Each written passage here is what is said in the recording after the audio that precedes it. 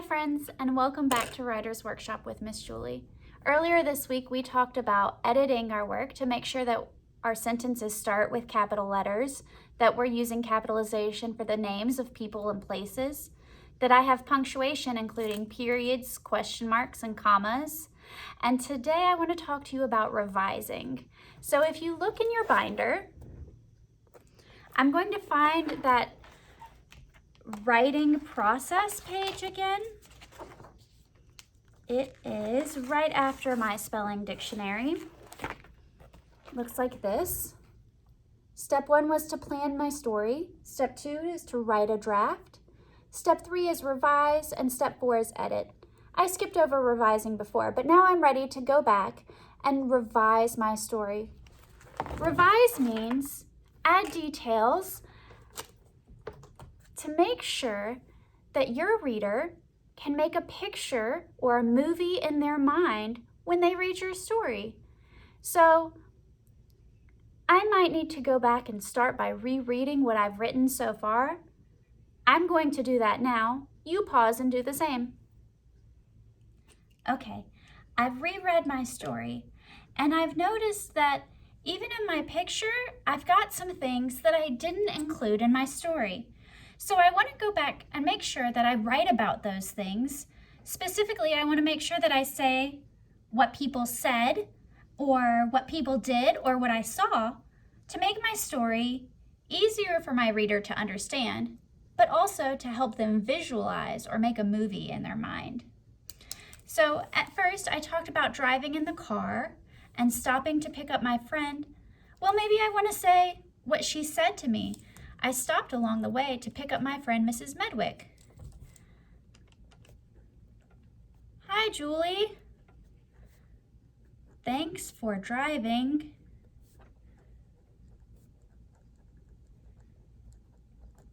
She said.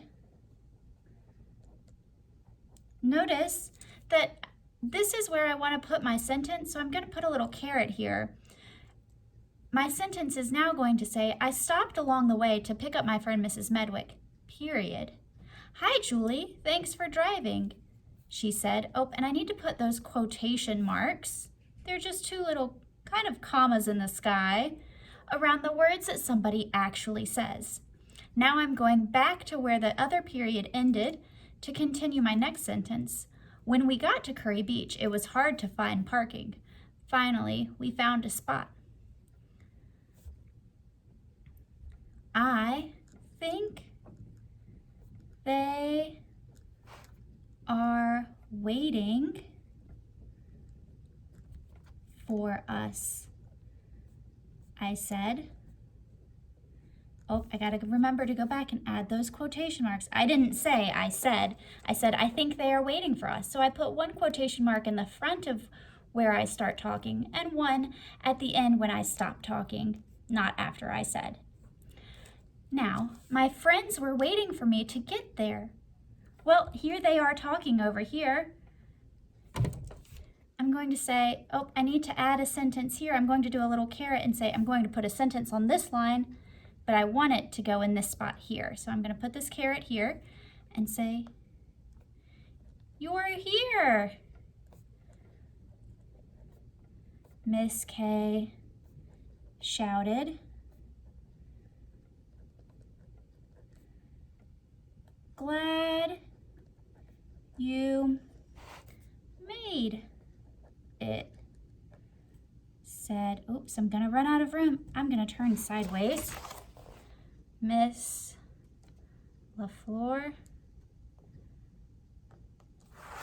And again, here's my quotation marks over where she started talking. Glad you made it. Oh, but she didn't say, said Miss LaFleur, so I'm gonna put them here in front of that. My friends were waiting for me to get there. You're here, Miss K shouted. Glad you made it, said Miss LaFleur. I could tell they were excited because they were saying my name and waving. We set up our chairs. I'm gonna add some descriptive words to help people make pictures. So I'm gonna describe what the chairs look like. They were red blue beach chairs and ran into the ocean. This makes me think we ran into the ocean with all of our other things too when I'm picturing this part of the story. So I'm going to add some more here to make it clearer for my reader to understand exactly what happened. We set up our red and blue beach chairs, dropped, I'm going to do an arrow over here to show that that's going to go here, dropped our bags, took off,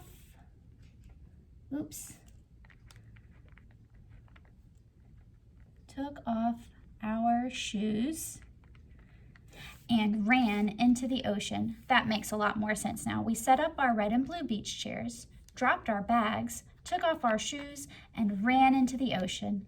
We splashed and swam and laid in the sun. I noticed my skin was starting to turn pink, so I sat under the purple umbrella where we talked and talked all afternoon. Finally, it was time to go home. I want to give my reader a little bit more detail about exactly what time it was. So I'm going to say, the sun started to sink in the sky. And I'm going to put that caret right here and say that that's where I want that sentence to go. Finally, it was time to go home. The sun started to sink in the sky. I washed the sand off, packed up my things, said goodbye to Miss Kay and Miss LaFleur, and started walking back to the car. On the way home, Mrs. Medwick and I talked about how much fun we had. We decided to go back again the next week. I think I've done some really good work adding things that people are saying or things that people can see when they read my story. Tomorrow, we're going to talk about word choice and using really descriptive, what I like to call juicy words. See you then.